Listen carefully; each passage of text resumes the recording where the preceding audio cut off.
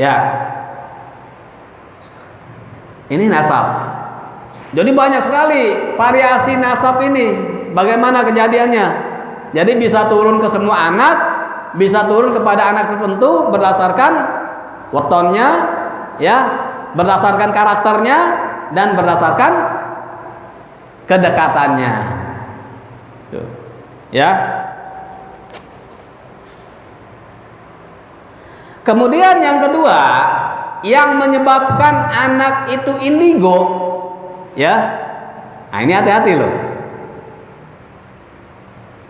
Yang menyebabkan anak kita indigo atau bahkan kita indigo karena ada jin yang iba. Ya. Ada jin yang merasa kasihan. Itu menyebabkan anak itu indigo. Jin masuk ke dalam tubuh. Ya.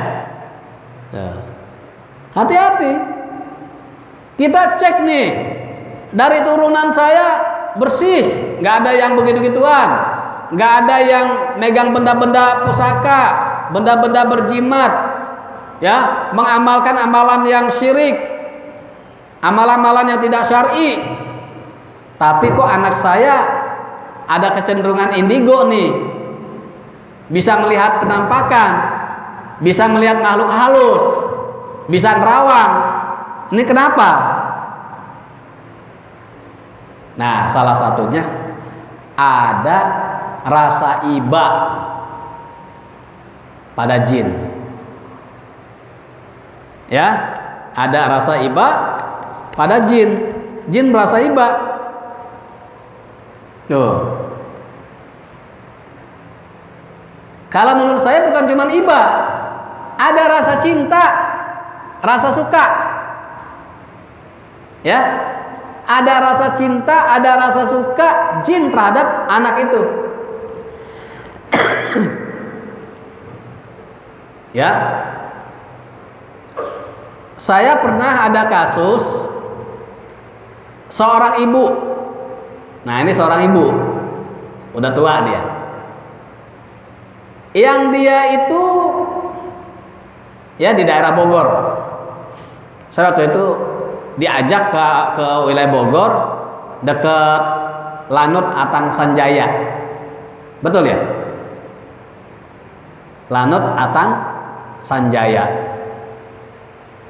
Nah, di situ saya diajak meruqyah seorang ibu, kesurupan dia. Dan memang dalam indikasinya si ibu ini bisa melihat penampakan, bisa melihat makhluk-makhluk gaib. Dan ini mengganggu dia. Itu. Nah, ternyata ketika diruqyah, jin itu ngomong, "Iya, saya ada di dalam tubuh ibu ini. Ngapain kamu masuk dalam tubuh ibu ini?" Dia jawab, "Saya iba. Kasihan," katanya, "sama ibu ini." Itu. Jadi jin itu ada suka sama manusia, ya, kasihan, cinta sama manusia, masuk dia dalam tubuh jin. Akhirnya jadilah anak itu indigo. Ya. Terus saya pernah ngeruqyah di daerah Bekasi, Pekayon. Ada seorang anak baru lahir. Itu ada jin. Langsung waktu itu anaknya sering sakit. Tiap sebentar sakit, diobatin, sembuh. Nggak lama sakit lagi, diobatin lagi, sembuh. Ya kan? Akhirnya capek nih orang tua, gimana? Kali ada yang nggak beres nih, gitu. Akhirnya diruqyah. Begitu diruqyah, ternyata ada juga keluarganya yang indigo. Ya, masuklah jin ini ke dalam keluarganya yang lain. Terus kata jin yang masuk ini, bilang, jangan ganggu saya. Loh kenapa kamu? Saya tuh cuma jagain anak ini katanya. Ngapain kamu jagain? Saya kasihan sama dia. Saya suka sama dia. Anaknya bagus, bersih. Itu. Anaknya bersih. Nah, jin ini suka sama si anak ini, yang menyebabkan anak ini jadi sering sakit. Ya. Sering sakit dia. Karena kesukaan jin sama si anak. Ya. Jadi kita tidak bisa pungkiri bahwa yang namanya jin itu sama dengan kita manusia. Ya. Kita manusia punya perasaan nggak? Punya kan? Ya. Punya rasa marah, punya rasa benci, punya rasa cinta, punya rasa suka, ya, tidak suka. Itu sama. Bagaimana dengan kita? Maka begitu juga dengan jin. Mereka memiliki perasaan yang sama. Jadi ketika jin itu ketemu sama orang yang sama perasaannya, maka dia akan dekat, akan masuk ke dalam tubuh orang itu. Ya, akan masuk ke dalam tubuh orang itu. Nah, makanya banyak, ya, mungkin Bapak Ibu akan menemui dalam salah satu kesurupan itu ada orang yang kesurupan tiba-tiba nangis. Pernah nggak? Ya, saudaranya Pak Trianto nih, ya kan? Nangis, kenapa kamu nangis? Nangis aja dia, nggak jawab. Kenapa dia nangis? Karena dia dikendalikan oleh jin untuk menangis. Itu, ya, dikendalikan tubuhnya oleh jin untuk menangis.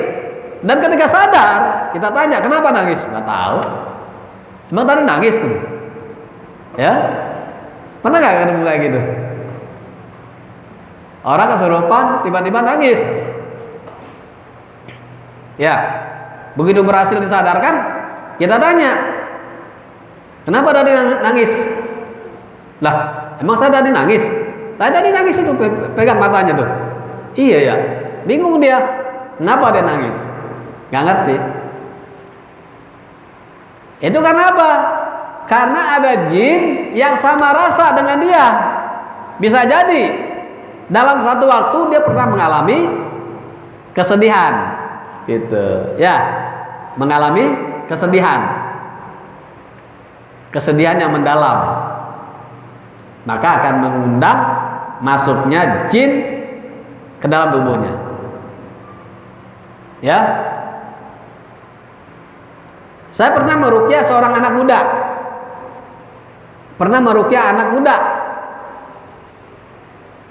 Yang anak muda itu begitu diruqyah, dia langsung goyang-goyang itu dia.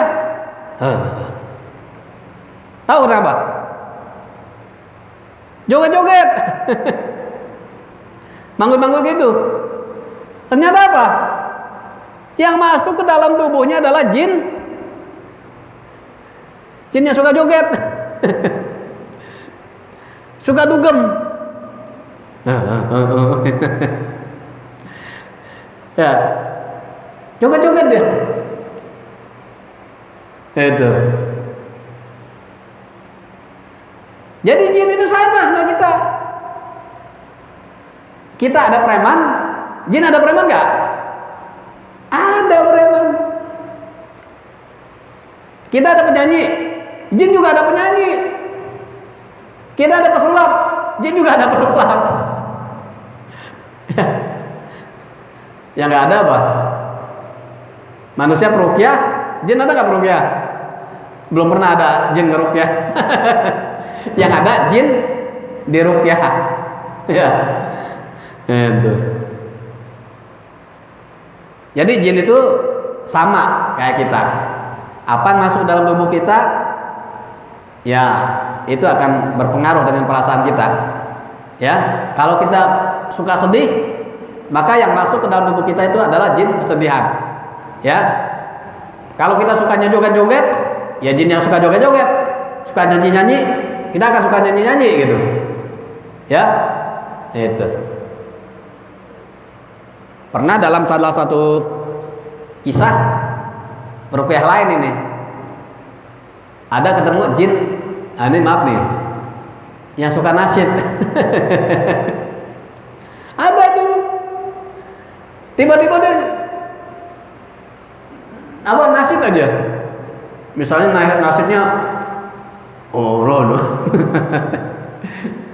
Ya nggak usah kita inilah, nanti tersinggung yang punya nasib. Tapi bukan berarti ini mengharapkan nasib ya. Walaupun kategori lagu itu para ulama masih berbeda pendapat. Tapi saya setuju lah sama nasib. Mungkin faktornya ini bukan faktor nasibnya. Faktor apa? Berlebihan. Gitu. Berlebihan dalam ini nasibnya. Wah, gitu ya. Terlampau terbawa emosi. Ya.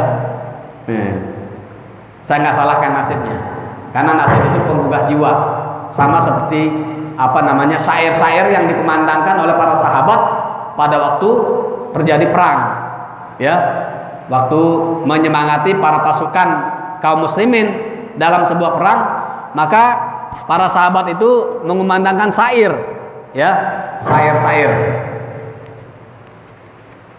ya. Baik. Itu yang kedua, sebab orang menjadi indigo. Yang pertama tadi apa?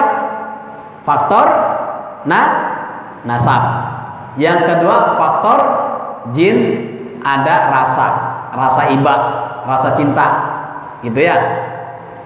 Nah, yang ketiga yang menyebabkan orang itu jadi indigo adalah karena diasah, belajar. Ya.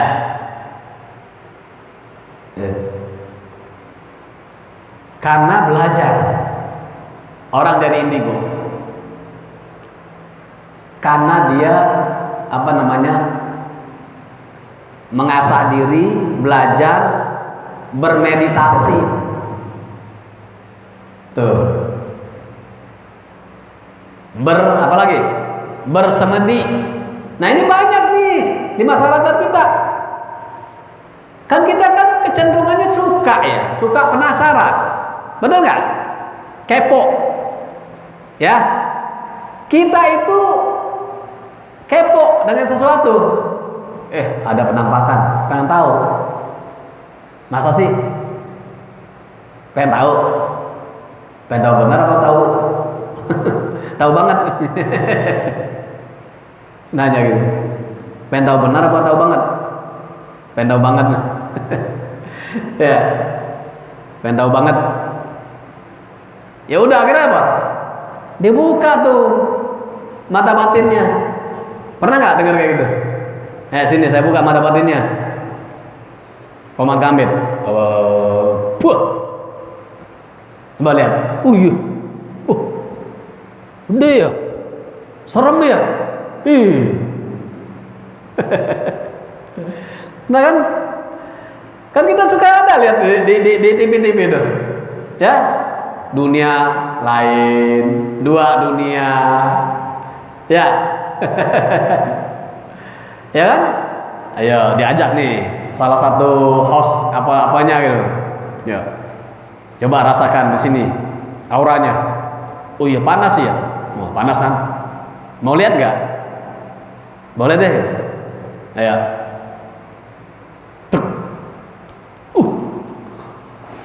Serem ya. Dibuka. Itu dia asa itu. Dibuka. Ya. Dibuka itu. Nah, orang indigo kayak gini banyak ini. Baik belajar secara langsung maupun tidak langsung. Tuh. Kalau yang langsung gimana? Datang ke Ustadz. Ustadz, saya belajar dong. Saya banyak menemui di beberapa pesantren, ya, di beberapa pesantren yang mengajarkan ilmu kebatinan, ilmu pengasihan, ya, mau nggak katanya, supaya cewek itu takluk sama lo, itu, ya, mau nggak, itu, diajarin itu gimana caranya, nih amalin doa ini, surat Yusuf ayat 2. Apa surat Yusuf ayat 2? Pernah ngamalin Pak Adrianto? Kalau mau takluk orang sama Pak Trianto, amalin surat Yusuf ayat 2. Ayat 2 pada ayat 3 Pak Bagianto? Hah? Pernah lihat nggak Bagianto surat Yusuf? Surat Yusuf surat berapa? Hah? 12. Nih kita lihat nih. Ya. Ayat 2 apa ayat 3 ya? Oh, ayat 4, maaf. Ayat 4. Ini asli nih. Dan ini diajarkan di kadang di pesantren, maaf ya. Bukan mendiskreditkan pesantren. Ada beberapa pesantren yang mengajarkan. Ya. Bunyinya gini. Idz qala Yusufu li abihi ya abati inni ra'aitu hada asyara kawkaban wasyamsa wal qamara ra'aituhum li sajidin. Dibaca misalnya 100 kali setiap habis sholat. Ya. Itu takluk orang. Ya. Pak Ali mau praktekinnya?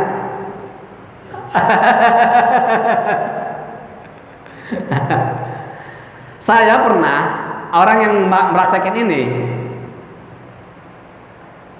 itu kelihatan pengasihannya kuat banget, pemikatnya kuat. Jadi orang kalau melihat dia itu langsung plek. Ini jadi ngajarin saya nih. Tapi janganlah ya, jangan. Bener, ini ya dia ngamalin ini, dibaca ya sekian ratus kali. Orang itu ngeliat dia jadi takut. Kalau laki-laki langsung tertarik sama dia. Misalnya perempuan gitu ya, perempuan.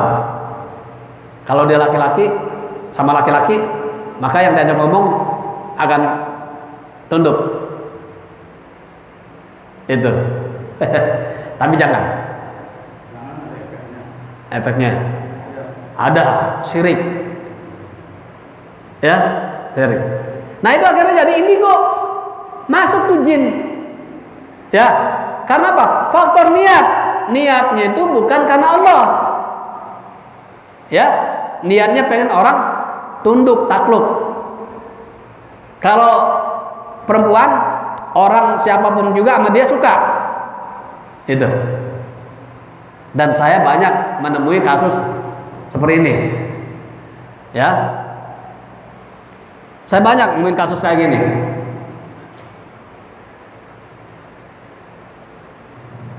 Itu diasah. Belajar.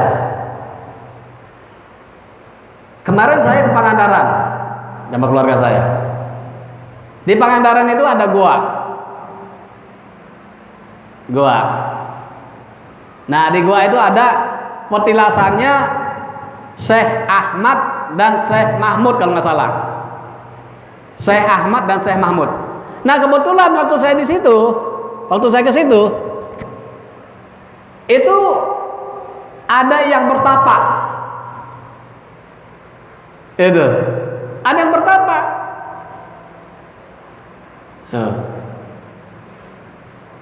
Saya tanya sama pemandu wisata, ini orang bertapa biasanya ngapain? Biasanya pesugihan.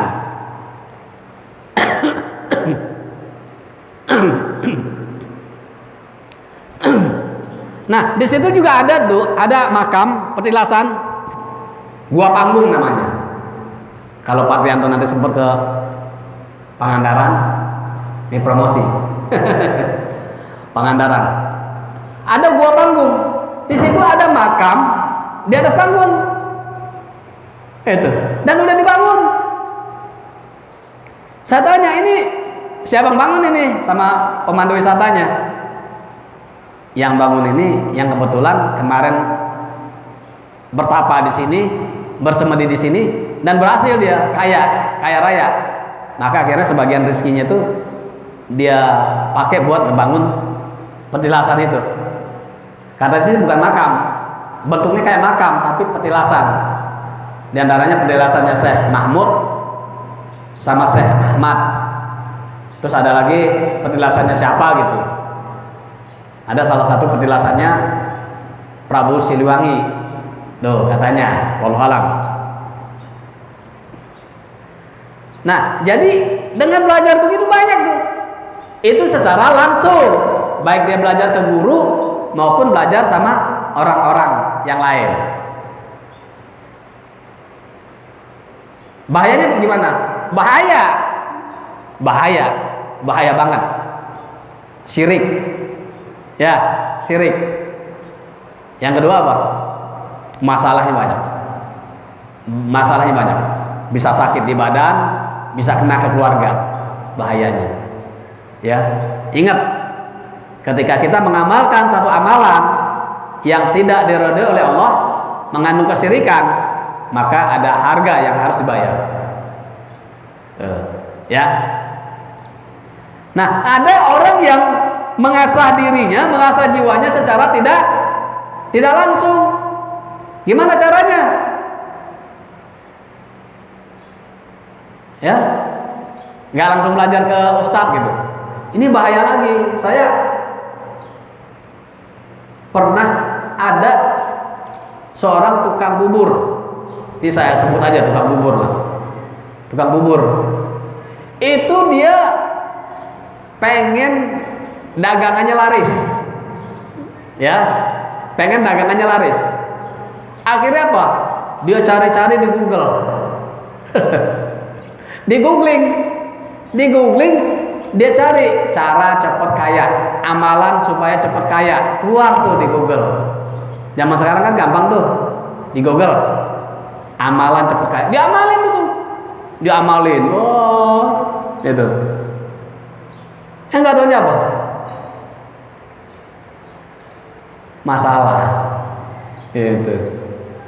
Masalah. Enggak kuat badannya. Enggak nerima. Mungkin bisa jadi. Akhirnya apa? Jadi kayak apa tahu? Gitu. Ya, begitu diruqyah. Ya Allah. Saya tanya, kamu dapat dari mana sih? Saya belajar, Ustaz. Belajar mana? Saya belajar di Google. Ya Allah. Mbah Google saya bilang. Ya. Di jalan saya pernah ketemu ada orang yang pengen kaya, itu jadi kayak anjing. Tahu anjing? Jadi begitu diruqyah, itu langsung kayak ya Allah. Saya bilang nauzubillah. Ini kenapa bisa begini sih? Jadi dia mengamalkan satu amalan yang nggak tahu juntrungannya, nggak tahu dasarnya, nggak ada tuntunan syariahnya, yang masuk entah apa tahu. Itu jin anjing masuk ke dalam tubuhnya. Bahaya. Ya, super bahaya. Ya. Jadi janganlah ya jangan kita nyoba-nyoba dengan hal yang gaib. Ya, baik kita tahu, wah saya pengen belajar ilmu ini, jangan.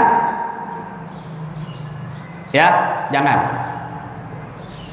Nah, ada lagi yang mengasah jiwa tapi nggak disadari. Tuh. Ya, mengasah jiwanya tapi dia nggak sadari.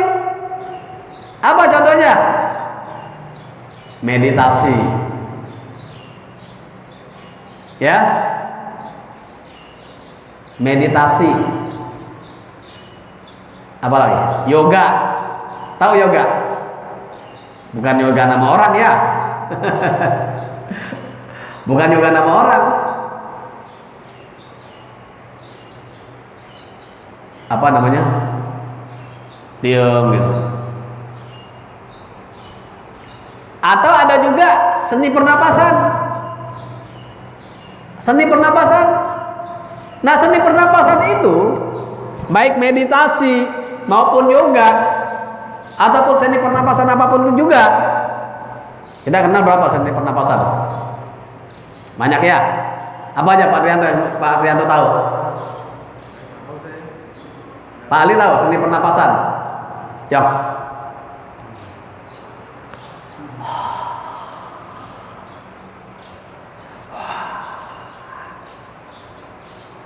Ada. Yang kayak gini.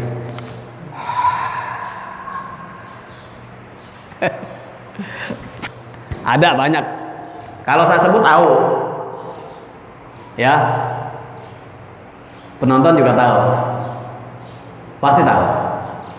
Nah, hati-hati dengan seni pernapasan. Kenapa? Ketika kita melakukan aktivitas-aktivitas yoga, meditasi, ya, di mana kita mengosongkan alam pikiran kita,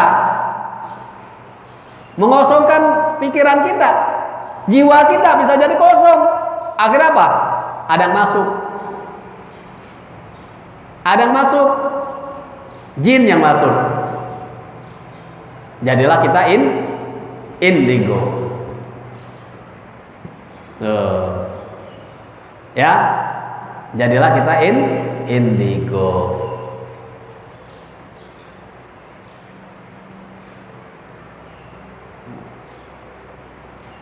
Atau bisa juga lewat makanan. Ya, lewat makanan. Kita dikasih makan nih, makanan, minuman yang dibacain mantra-mantra, dimasukin ke dalamnya mungkin kembang, atau dimasukin apa kertas yang tulisannya nggak jelas. Kita suruh minum tiap pagi ya kan. Ada orang yang dia jadi indigo gara-gara makan pelor. Itu pelor itu dimakan loh. Jumlahnya berapa? Ada yang jumlahnya 3 biji, minimal 3 biasanya. 7. Waduh. Lah logikanya buat apa coba pelor dimakan? Tuh. Ada lagi makan apa? Itu mah udah lumping. Udah jadi itu. Makan tanah kuburan. Jadi tanah kuburan itu dibikin kayak kelereng. Ya. Itu dimakan. Ada nih kisahnya nih. Kasusnya. Saya pernah meruqyah seorang tentara.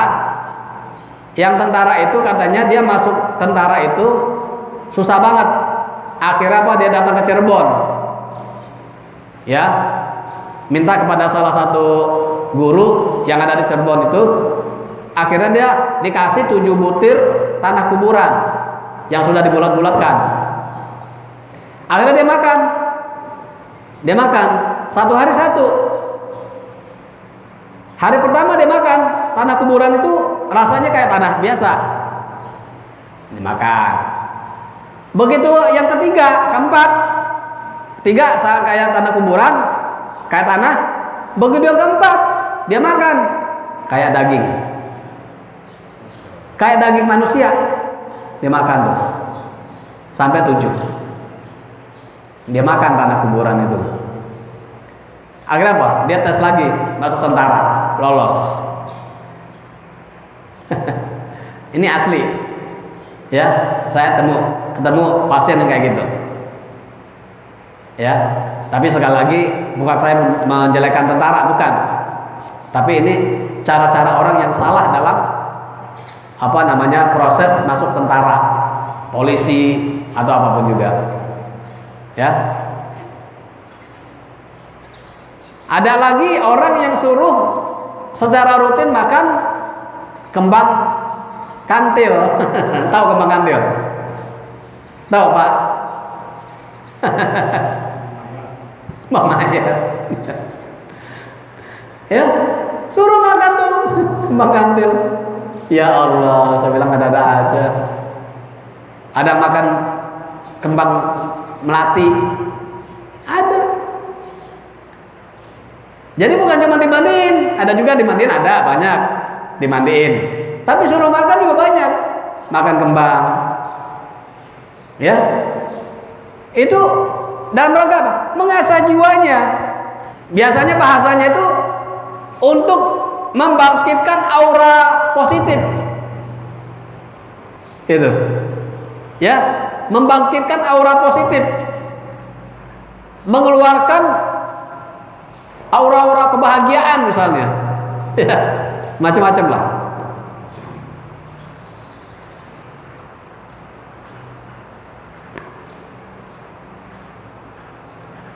Terus ada lagi bisa dengan cara masang susuk. Ya, Pak, masang susuk. Orang bisa jadi indigo gara-gara masang susuk. Nah, susuk perlu ketahui ya. Pak Tri tahu susuk? Susuk itu ada dua macam. Ada susuk padat, ada susuk cair. Bukan susu ya, susuk. Kalau orang Sumatera sosok. Sosok itu apa? Kembalian. Orang Jawa ya? Susuk. Sosoknya piro ya? Di sosoknya. Bukan, nggak tahu tuh. Ya. Jadi susuk itu bisa menyebabkan kita juga jadi indigo. Ya. Jadi indigo kita. Nah, susuk ada dua, ada susuk padat, ada susuk cair. Biasanya susuk padat itu bisa berupa emas. Emas yang dibuat seperti jarum dimasukkan ke dalam tubuh. Bisa ke muka, wajah, bisa ke bagian tubuh yang lain. Nah, susuk seperti ini banyak ya, pemakaian susuk seperti ini banyak dilakukan oleh orang-orang yang bergelut dalam bidang kecantikan.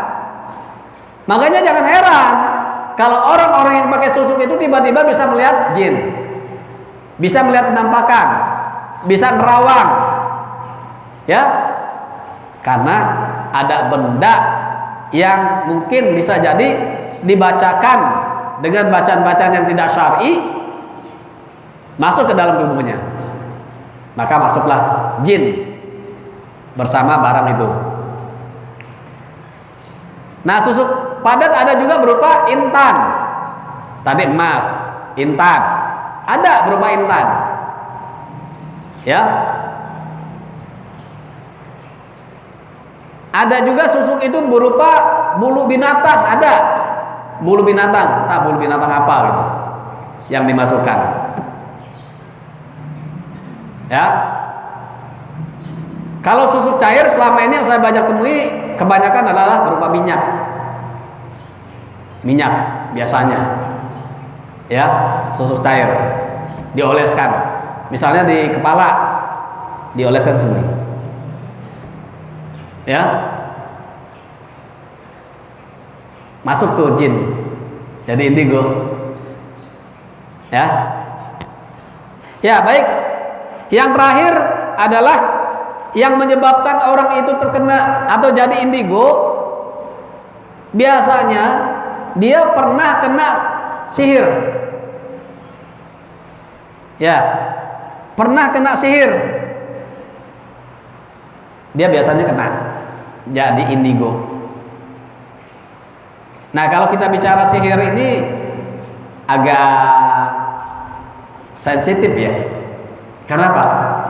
Karena kalau udah berbicara sihir, bicaranya gaib. Kita nggak tahu, kita kena sihir apa enggak, nggak tahu. Kalau kita bicara sihir, maka kita akan bicara tentang zon, persangkaan, gitu. Ya, kita akan bicara tentang persangkaan. Kita nuduh orang, wah, saya kena sihir nih. Yang nyihir saya siapa ya? Lihatin orang tuh yang nyihir. Hati-hati, ya, hati-hati. Kita akan nuduh orang melakukan sihir terhadap diri kita. Nah, ini kalau benar, saya nggak menjudge seseorang itu, wah kena sihir, enggak, ya. Ini kalau dia pasti kena sihir, baru kita katakan, oh iya sihir. Tapi nggak usah kita bicarakan orangnya, wah si fulan gitu, jangan. Kalau memang dia kena sihir, udah kita urusin sihirnya aja, nggak usah urusin orangnya, orang yang nyihir gitu maksudnya, ya. Nah, orang yang terkena lemparan sihir secara otomatis dirinya akan mengalami berbagai fenomena yang tidak dirasakan oleh manusia secara umum. Di mana korban sihir akan sering melihat penampakan jin, terutama jin yang menerornya dia.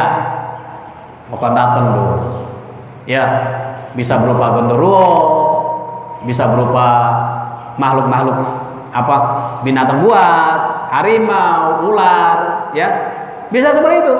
Dia akan dihantui, maka dia akan melihat penampakan di mana-mana. Dia akan lihat, ada harimau, ada genderuwo, gitu, ya. Nah, orang yang terkena sihir itu rentan menjadi indigo, mudah jadi indigo, ya. Jadi sihir itu hati-hati. Terus gimana nih kita, ya, supaya nggak kena sihir? Ya jaga apa?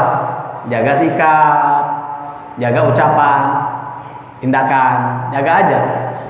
Jangan sampai kita kena sihir. Ya, baik. Ini sudah menunjukkan pukul 11 kurang 10 menit. Ya, baik.